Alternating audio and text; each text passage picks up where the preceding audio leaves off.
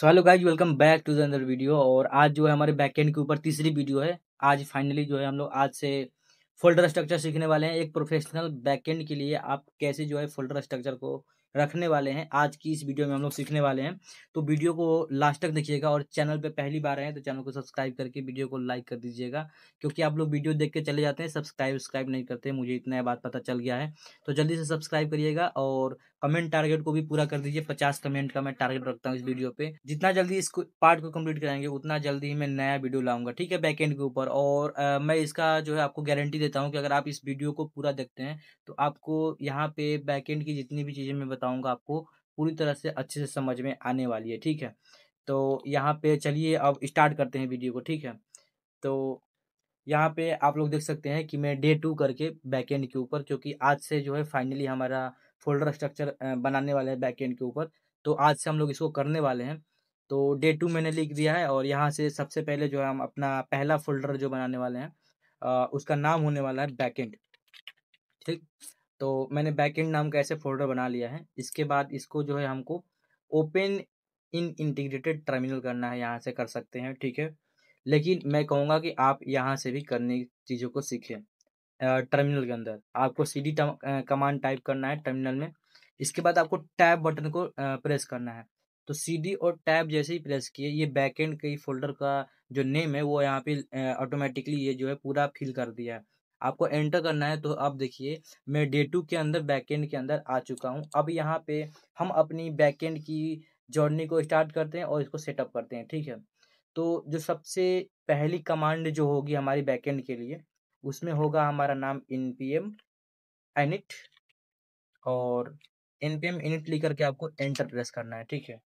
अब थोड़ा सा वेट करना है। अब यहाँ पे अब हमसे कुछ कॉन्फ़िगरेशन पूछेगा इस फाइल के बारे में, इस फोल्डर स्ट्रक्चर के बारे में, कि इसकी पैकेज क्या नाम होगी, ठीक है। तो मैं अभी इसकी बैकएंड ही रखूँगा। वर्ज़न कोई रखना चाहते हैं तो वर्ज़न 1.0 बाय डिफ़ॉल्ट जो है वही रखूँगा। डिस्क्रिप्शन में कुछ ऐड करना चाहते हैं तो कर सकते हैं, जैसे कि मैं यहाँ पे ऐड कर रहा हूँ कि this is professional professional backend folder structure. मैंने ऐसा डिस्क्रिप्शन लिख दिया कि ये जो है मैं कोड करने वाला हूँ, उसमें जो हम लोग एक प्रोफेशनली बैकएंड के फोल्डर स्ट्रक्चर के बारे में सीखने वाले हैं। हमारा एंट्री पॉइंट क्या होगा? एंट्री पॉइंट मतलब समझते हैं आप लोग? जैसे कि मान लीजिए कि एक कॉलेज है या एक स्कूल है, तो उस स्कूल में या उस कॉलेज में एक एडमिन होता है जहाँ से पूरा कॉलेज मैनेज होता है, ठीक है। उसी तरह से हमारे बैकएंड में एक एंट्री पॉइंट होगा जहाँ से हम सारी चीज़ों को हैंडल करेंगे, ठीक है। तो उस एंट्री पॉइंट का जन आप नाम जो है बाय डिफ़ॉल्ट इंडेक्स जेएस रख सकते हैं। बहुत लोग जो है सर्वर डॉट जेएस भी रखते हैं। आपकी मर्ज़ी है, आप जो चाहें उसको रख सकते हैं। फ़िलहाल के लिए मैं जो है इंडेक्स डॉट जेएस ही रखने वाला हूँ, ठीक है। आप चाहें तो सर्वर डॉट जेएस भी रख सकते हैं। बहुत लोग सर्वर डॉट जेएस भी रखते हैं। आपको वीडियो बहुत सारी वीडियो के ट्यूटोरियल देखते हैं तो वहाँ पे सर्वर डॉट जेएस नाम से मिलती है, तो आप उसको भी रख सकते हैं। लेकिन फ़िलहाल के लिए मैं यहाँ पे इंडेक्स डॉट जेएस ही रखने वाला हूँ। इसके बाद आपको इंटर क्लिक करना है। आपके पास अगर कोई टेस्ट कमांड है तो टेस्ट कमांड दे सकते हैं। फिलहाल मेरे पास कोई टेस्ट कमांड नहीं है तो मैं इसको छोड़ दूंगा। अगर आपको गिट रिपोजिटरी वाला अभी सिस्टम हमें नहीं समझना है, इसको आपको छोड़ देना है। कीवर्ड वगैरह कुछ है तो ऐड कर लीजिए, अदरवाइज छोड़ दीजिए। ऑथर का नाम आप ऐड करना चाहते हैं तो कर सकते हैं, लाइक मैं अपना नाम ऐड कर लेता हूँ, ठीक है। ठीक है, ऑथर का नाम अपना ऐड करना चाहते हो कर सकते हैं, अदरवाइज छोड़ दीजिए। लाइसेंस इसको भी छोड़ देते हैं। टाइप क्या रखने वाले हैं इसके बारे में अभी हम फिलहाल बाद में बात करने वाले हैं। इसको अभी हम लोग कॉमन जीएस ही रखने वाले हैं, ठीक है। तो जैसे ही आप इतना कर लेते हैं, आपको यहाँ पे यस लिखना है और आपको सिंपली जो है इंटर क्लिक कर देना है, ठीक है। इसके बाद जो है आपकी इस बैकएंड की फोल्डर के अंदर आपको एक फाइल मिलेगी पैकेज डॉट जेएसएन के नाम से, जिसमें कि हम लोग अभी जो भी डिटेल्स फिल किए हैं वो सारा कुछ यहाँ पे देखने को आपको मिल जाएगा। लाइक हमने क्या नेम रखा था, बैकएंड है, वर्जन है, उसका डिस्क्रिप्शन है, लाइसेंस अभी कुछ नहीं था, ऑथर का नाम है, टाइप और मेन, इसके बाद एक स्क्रिप्ट टैग है, ठीक है। तो जो भी मैंने वहाँ पे कॉन्फ़िगरेशन किया था, यहाँ से हमारी बैकएंड की प्रोजेक्ट की इनिशियलाइज़ेशन हो चुकी है, ठीक है। अब इसके अंदर जो है हम जो सबसे पहला जो फ़ाइल बनाने वाले हैं, हालाँकि एक फ़ोल्डर बनाने वाले हैं जिसका नाम होगा एसआरसी। एसआरसी मतलब होता है सोर्स डायरेक्टरी, जहाँ से हम सारी चीज़ों को मैनेज करने वाले हैं, ठीक है? तो आपको एक सोर्स फ़ोल्डर बनाना है और इस सोर्स फ़ोल्डर के अंदर फर्दर आपको एक और फ़ोल्डर बनाना है, जिसका नाम रखना है हमको सबसे पहला जो फ़ोल्डर हमारा होगा, वो होगा कंट्रोलर कंट्रोलर्स, ठीक? कंट्रोलर्स फ़ोल्डर में क्या होगा, ये देखो एसआरसी के अंदर है क्योंकि अभी एक ही फ़ोल्डर है इसलिए ये एसआरसी और स्लैश करके कंट्रोलर्स दिख रहा है। अभी एक और फ़ोल्डर बनाऊँगा तो जस्ट इसके नीचे आ जाएगा, ठीक है? अभी एक फ़ोल्डर के वजह से एक ही में दिख रहा है, अभी दूसरा फ़ोल्डर जब बनाऊँगा तो 2 फ़ोल्डर आपको दिखने लगेगा। कंट्रोलर के अंदर लिखते क्या है उसको समझते हैं।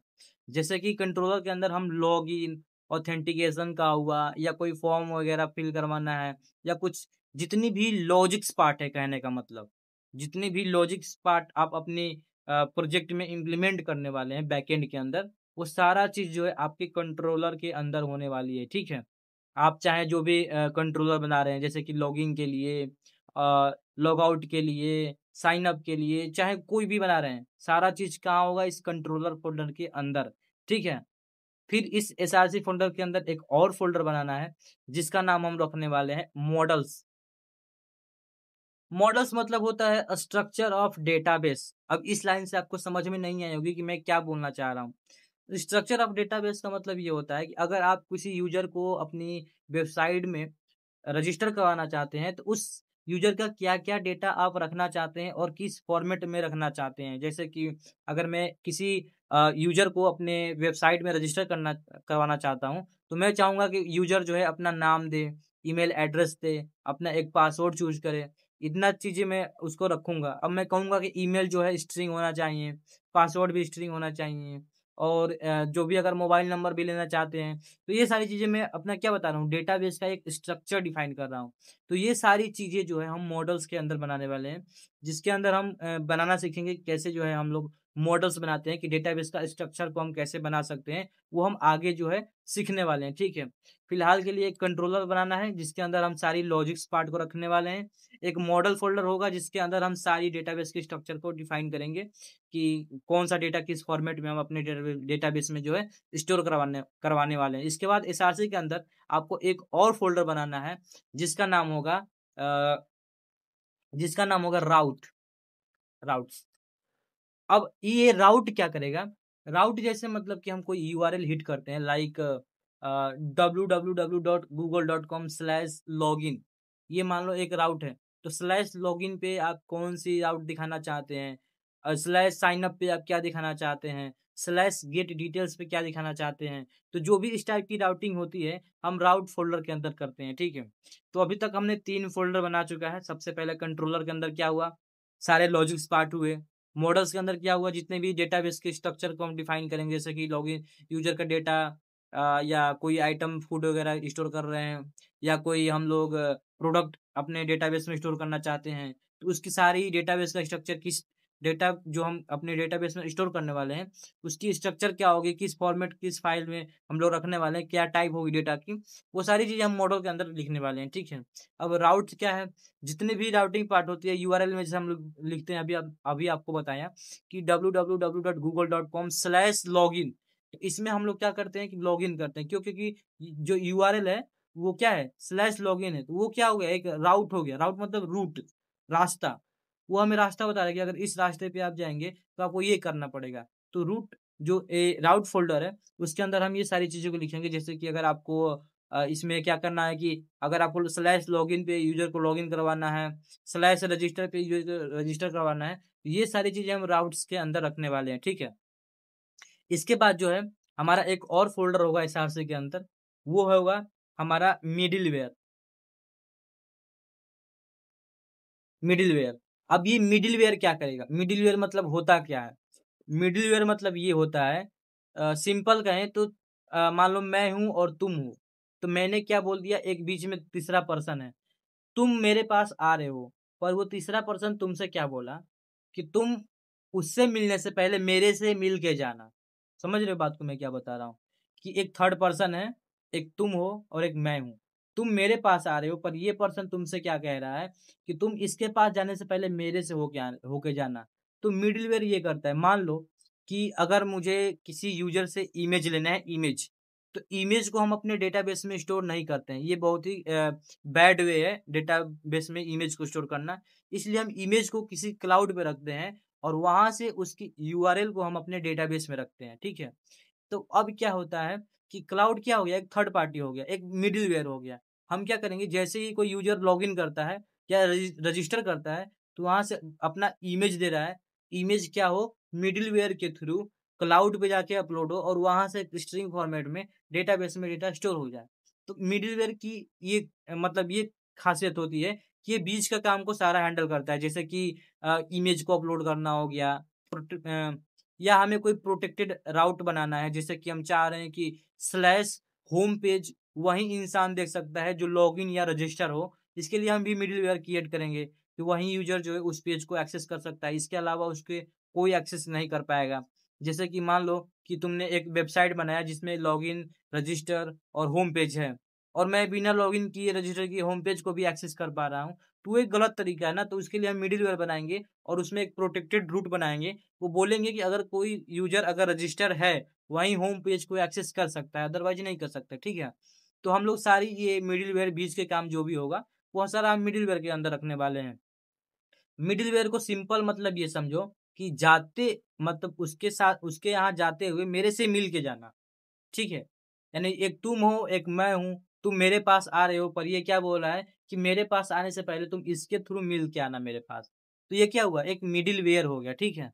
तो हम इस मिडिल वेयर के अंदर ये सारी चीजें को हैंडल करेंगे, ठीक है। तो इसके बाद जो एक और फोल्डर स्ट्रक्चर होगा जिसका नाम होगा यूटिल्स।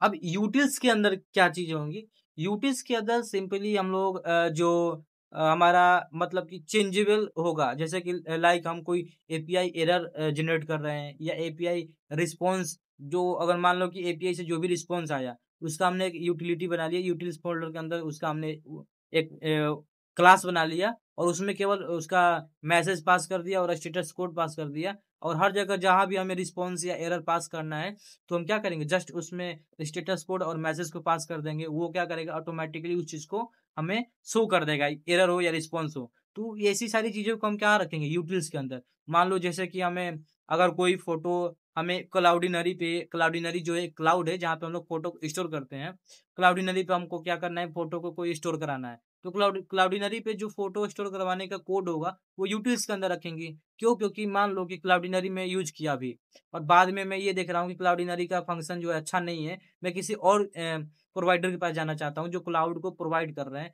तो मैं किसी और के पास जाऊंगा, हो सकता है वो अच्छा हमें सर्विस प्रोवाइड करे।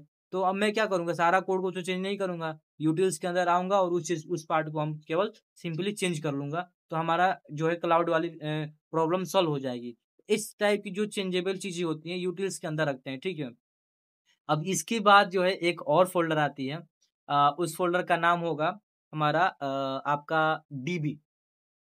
यूजुअली लोग कॉन्फ़िग रखते हैं इसका नाम, आप डीबी भी रख सकते हैं, आपके ऊपर डिपेंड करता है आप क्या रखना चाहते हैं। अब डीबी का मतलब होता है डेटाबेस। हम अपने जो इस बैकएंड को जो है डेटाबेस के साथ कनेक्ट करवाएँगे, उस चीज़ का कोड हम कहाँ रखने वाले हैं, डीबी के अंदर रखने वाले हैं, ठीक है। समझ में आ रहा है कि नहीं समझ पा रहे, एक बार बताओ? जैसे कि मान लो कि हमारा ये जो है बैकएंड है और बैकएंड में हम लोग क्या करना चाहते हैं कि हमारा बैकएंड जो है डेटाबेस से कनेक्ट हो, उसके लिए हम सारी कोड जो है डीबी के अंदर रखने वाले हैं, ठीक है। आपको बहुत सारी ऐसी ट्यूटोरियल्स मिल जाएगी जहाँ पे कॉन्फ़िग भी लोग रखते हैं। ऐसा कुछ मतलब ये नहीं कि आप डीबी ही रख सकते हैं, आप कॉन्फ़िग भी रख सकते हैं, ठीक है। सबकी अपनी अपनी चॉइस होती है। मैं तो डीबी रखता हूँ, ठीक है, डेटाबेस ही रखता हूँ, आप भी डीबी रख सकते हैं, या आप चाहें तो आप कॉन्फ़िग भी आप चाहें तो आप कॉन्फ़िग भी रख सकते हैं, इसमें कोई आपका इश्यू नहीं होगा, ठीक है। तो अभी तक मैंने ये इतना फाइल्स बता दिया और चलिए एक बार रिकैप कर देते हैं अच्छे से सारी चीज़ों को। कंट्रोलर के अंदर सारा हम अपने लॉजिक्स पार्ट को रखते हैं। डीबी के अंदर हम अपने डेटाबेस से कनेक्ट कराने का कोड रखते हैं। मिडलवेयर के अंदर किसी उस मेरे से मिलने से पहले थर्ड पार्टी से मिल के मेरे पास आना, यानी किसी से मिलने से पहले किसी के थ्रू जाना, ठीक है। मिडिलवेयर सारी बीच के काम को मिडिलवेयर के अंदर रखते हैं। मॉडल्स के अंदर हम डेटाबेस की स्ट्रक्चर को डिफाइन करते हैं कि how the data we store in our database, okay. मतलब डेटाबेस में हम किस फॉर्मेट में डेटा को स्टोर करेंगे, किस टाइप में डेटा को स्टोर करेंगे, वो सारी चीजें मॉडल्स के अंदर होंगी। रूट के अंदर हम ये डिफाइन करेंगे कि किस पार्टिकुलर रूट पे हम क्या करना चाहते हैं। जैसे स्लैश लॉगिन पे यूजर को लॉगिन कराना चाहते हैं, स्लैश रजिस्टर पे यूजर को रजिस्टर करवाना चाहते हैं, स्लैश होम पेज पे यूजर को जो है हम लोग होम पेज का एक्सेस देने वाले हैं। तो ये सारी चीजें हम कहाँ रखने वाले हैं, राउट के अंदर रखने वाले हैं। यूटिल्स के अंदर वो सारी चीज रखेंगे जो रिपीटेटिव होगी या जो चेंजेबल होगी। मान लो हमें बार बार एपीआई कोई बना रहे हैं, उस एपीआई से एरर आ सकता है या रिस्पॉन्स आ सकता है, तो हर बार हम एपीआई का एरर और रिस्पॉन्स जनरेट नहीं करेंगे। एक बार एक जगह हम क्लास बना लेंगे, उस क्लास के अंदर एक कंस्ट्रक्टर बना लेंगे और कंस्ट्रक्टर के थ्रू हम मैसेज और स्टेटस को उसको भेज देंगे और ऑटोमेटिकली हमारा एपीआई का एरर और या एपीआई का रिस्पॉन्स हम सेंड कर सकते हैं इस यूटिल्स के अंदर। या हमें कोई थर्ड पार्टी किसी चीज को यूज करना है, जैसे क्लाउड का यूज करना है अपनी इमेज का या वीडियो को हैंडल करने के लिए, यानी वीडियो या इमेज को अपलोड करने के लिए थर्ड पार्टी क्लाउड पे, हम उस चीज को इसके अंदर भी लिख सकते हैं। ठीक है, तो इतना चीज हो गया, इतना मेन फोल्डर है इस एसआरसी के अंदर। अब इसके अंदर कुछ फाइल्स हैं, उसको हम समझते हैं। ठीक है, तो एसआरसी के अंदर जो पहला फाइल होगा वो हमारा होगा index.js। अब index.js मैंने बोला तो इससे आपके दिमाग में घंटी बनना चाहिए कि जब मैंने यहाँ पे पैकेज.json बनाया यानी बैकएंड प्रोजेक्ट को इनिशियलाइज किया, तो वहां पे मेरे से एक पूछा था कि हमारा मेन क्या होगा, एंट्री पॉइंट। तो हमने बोला था index.js, वही है ये index.js। समझ रहे हैं कि हम लोग index.js हमारा एंट्री पॉइंट है, यहीं से सारी चीजें हमारी हैंडल होगी। ठीक है, अब इस एसआरसी के अंदर एक और चीज होगा, एक और फाइल होगा जिसका नाम होगा app.js। अब इस app.js के अंदर हम लोग क्या करते हैं, हम लोग सर्वर को क्रिएट करते हैं।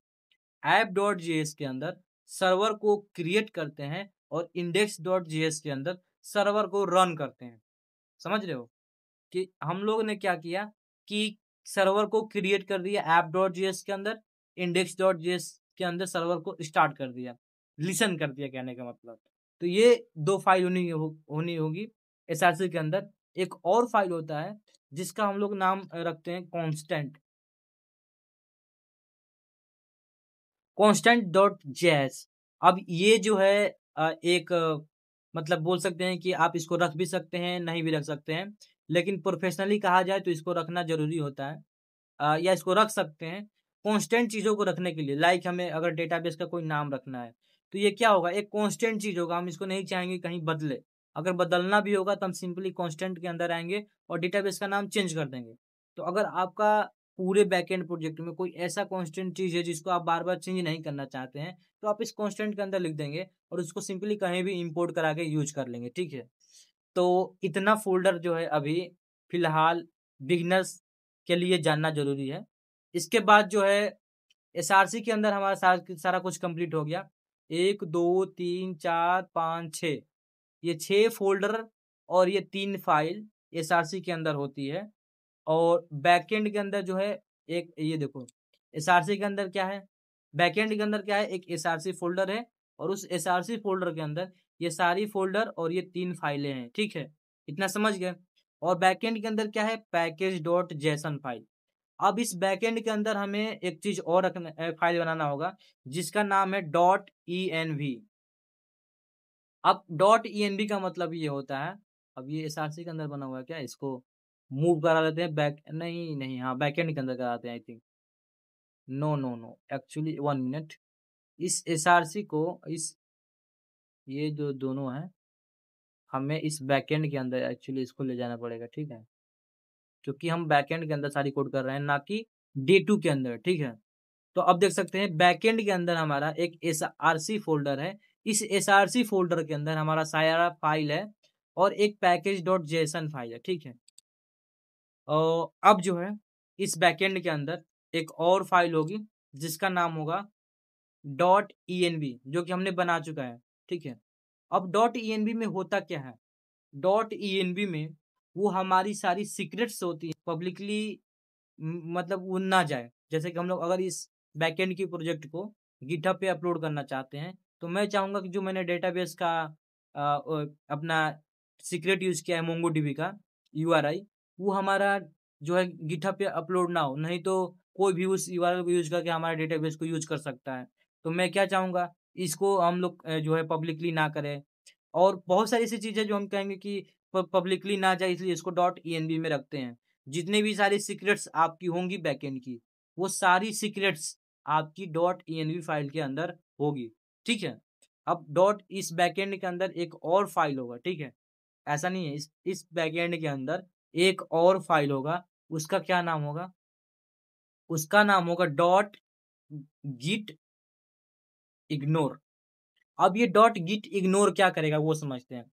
डॉट गिट इग्नोर जो है सिंपली ये हैंडल करेगा कि हमारा कोई भी चीज़ जो है, जैसे कि हमने डॉट ईएनबी बनाया, मैं ये चाह रहा हूँ कि ये डॉट ईएनबी जो है हमारा गिटहब पे ना जाए, तो डॉट गिट इग्नोर क्या करेगा, इस फाइल को हमारा गिटहब पे अपलोड करने से क्या कर देगा, मना कर देगा। जैसे कि हम लोग डॉट यहाँ पे डॉट ईएनबी लिख देंगे, तो अब ये डॉट ईएनबी वाली जो फाइल है, वो हमारी गिटहब पे नहीं जाएगी। केवल सिंपल इतना करने से, ठीक है? तो इतना फ़ोल्डर स्ट्रक्चर फ़िलहाल बिगिनर के लिए इम्पोर्टेंट है। जितने भी बिगिनर्स हैं, इतना फ़ोल्डर स्ट्रक्चर अभी के टाइम पे याद करना तो मुश्किल है। पर आप लोग वीडियो को एक बार और रिवाइंड करके देखिएगा, एक बार और प्रैक्टिस करके देखिएगा। जितना बार आप प्रैक्टिस करेंगे इस चीज़ को, आपको उतना ही ज़्यादा कॉन्फिडेंट आएगा इस चीज़ के अंदर। अब इस चीज़ को मैं जो है टर्मिनल के थ्रू बनाने वाला हूँ, बहुत ही फ़ास्ट वे में, ठीक है? तो चलिए टर्मिनल के थ्रू बनाते हैं। तो अब इस सारे फ़ोल्डर को हम जो है टर्मिनल के थ्रू बनाने वाले हैं बहुत ही फ़ास्ट वे में, और मैं आपको सजेस्ट करूँगा कि आप इसी तरह से प्रैक्टिस करिएगा टर्मिनल के थ्रू, क्योंकि आपको जो है कंपनी वगैरह में जाएँगे या प्रोडक्शन लेवल पे जब काम करेंगे, तो आपको टर्मिनल के थ्रू ही कराया जाएगा सारा कुछ। तो मैं ये कहूँगा कि आप टर्मिनल के थ्रू ये सारी चीज़ें कीजिएगा। तो अभी के लिए मैं बैकएंड फ़ोल्डर को डिलीट कर देता हूँ, ठीक है? और ये सारी चीज़ें जो है मैं टर्मिनल के थ्रू करने वाला हूँ। और आप लोग अगर जितने भी लोग हैं घबरा के भागिएगा मत वीडियो को छोड़ के, कि ये नहीं कि आपका पूरा बैकएंड हो गया। अगर आप टर्मिनल के थ्रू करते हैं, कितना एफिशिएंट और कितना फास्ट जो है हम अपने फ़ोल्डर स्ट्रक्चर को क्रिएट कर पाएँगे बैकएंड के लिए, वो देखिएगा जब हम ये टर्मिनल को यूज़ करेंगे, ठीक है? तो अभी मैं सीडी मेरा तो बैकएंड का कोई फ़ोल्डर है नहीं, तो मैं निकल जा रहा हूँ इससे, ठीक है? अभी मैं जो है डे 2 के अंदर आ गया हूँ, ठीक है? थोड़ा-सा बड़ा कर लेता हूँ ताकि आपको अच्छे से दिखे। इसको छोटा कर लेते हैं, ठीक? डे 2 के अंदर आ गया हूँ मैं। आप लोग देख सकते हैं आपकी बड़ा बड़ा दिखने के लिए मैं इस चीज़ को किया हूँ। अब मैं डे 2 के ही अंदर करने वाला हूँ, कोई बैकएंड के अंदर फ़ोल्डर नहीं बनाने वाला हूँ, ठीक है? तो सिंपली आपको सबसे जो पहला कमांड वही चलाना है npm init, ठीक? npm init चलाने के बाद आपको सिंपली क्या करना है, एंटर को प्रेस करना है, ठीक? एंटर प्रेस कर दीजिए। अब वही आपसे सिंपल कॉन्फ़िगरेशन पूछेगा, पैकेज का क्या नाम रखना चाहते हैं? तो डे 2 ही रखूँगा मैं। वर्ज़न जो है बाय डिफ़ॉल्ट रहेगा। डिस्क्रिप्शन आप चाहें तो दे दें। मैं जैसे this is the folder structure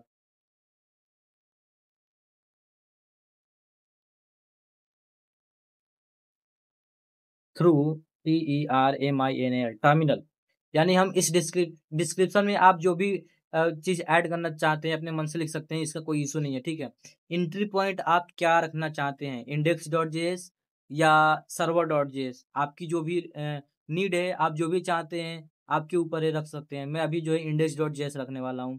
test command नहीं है, गिट रिपॉजिटरी नहीं है, कीवर्ड नहीं है, ऑथर का नाम रख लीजिए अगर आपके रखना है तो, अदरवाइज़ कोई ये नेसेसरी नहीं है कि रखना ही पड़ेगा, ठीक है? और लाइसेंस वगैरह टाइप कमांड टाइप और कुछ नहीं। अब इसके बाद जस्ट आपको यस लिखना है और एंटर कर देना है, ठीक है? तो ये हमारा फ़ोल्डर जो है, ये हमारा फ़ाइल जो है बन गया है। इस फ़ाइल के अंदर हम जाएँगे, तो सिंपली देख सकते हैं कि हमारा day 2 name, version, descriptions, author, type और स्क्रिप्ट इतना का हमारा एक बैकएंड का फ़ोल्डर स्ट्रक्चर जो इनिशियलाइज़ हो चुका है। अब हम क्या करेंगे, इसके अंदर जो है सबसे पहला जो है फ़ोल्डर बनाएँगे, जो है एसआरसी। एसआरसी फ़ोल्डर बनाने के लिए हमको लिखना पड़ेगा mkdir। mkdir का मतलब होता है मेक डायरेक्टरी। अब जितने भी लोग, अगर कोई हमें वीडियो देख रहा है जो मैकबुक यूज़ कर रहा है, तो मैं मैकबुक का कमांड नहीं जानता हूँ कैसे बनाते हैं। विंडो के लिए बनाता हूँ क्योंकि मेरे पास विंडो है, मैं विंडो यूज़ करता हूँ, ठीक है? तो mkdir लिखने के बाद आपको जस्ट एसआरसी लिखना है। तो क्या होगा, D2 के अंदर एक एसआरसी फ़ोल्डर यहाँ पे बन चुका है। कितना फ़ास्ट हमें यहाँ पे माउस के थ्रू इसको चीज़ को हैंडल नहीं करना पड़ रहा है, सिंपली हम ये सारी चीज़ें कर रहे हैं, बन रहा है, ठीक है? अब इस एसआरसी के अंदर हमें जो भी फ़ोल्डर बनाना हो वो एक बार में हम बनाएँगे, देखना कैसे? mkdir लिखेंगे और इस एसआरसी के अंदर सबसे पहले जाना पड़ेगा। क्यों? क्योंकि हम लोग अभी डे 2 के अंदर हैं, ठीक है? तो हम एसआरसी के अंदर जाने के लिए सीडी लिखेंगे, टैब करेंगे, एसआरसी के अंदर चले जाएँगे, सिंपल सी, ठीक है? CD लिख के जैसे ही आप टैब बटन क्लिक करेंगे अपने कीबोर्ड में, तो वो रिकमेंड कर देगा कि SRC फोल्डर के अंदर जाना है, जितने भी फोल्डर होगी। अब इसके अंदर हमें mkdir करना है, यानी एक डायरेक्टरी बनाना है। अब इस डायरेक्टरी में अब क्या क्या हमें बनाने वाले हैं वो देखो। सबसे पहले तो हमारे क्या होगा, कंट्रोलर्स होगा, ठीक, कॉमा लगा दीजिए, हो गया एक फाइल। सबसे जो हमारा पहला फोल्डर होगा वो कंट्रोलर का होगा। इसके बाद क्या होगा, दूसरा फोल्डर मॉडल्स का होगा। इसके बाद क्या होगा, राउट्स के होंगे फोल्डर। इसके बाद यूटिल्स होगा। इसके बाद मिडिलवेयर होगा, मिडिलवेयर होगा।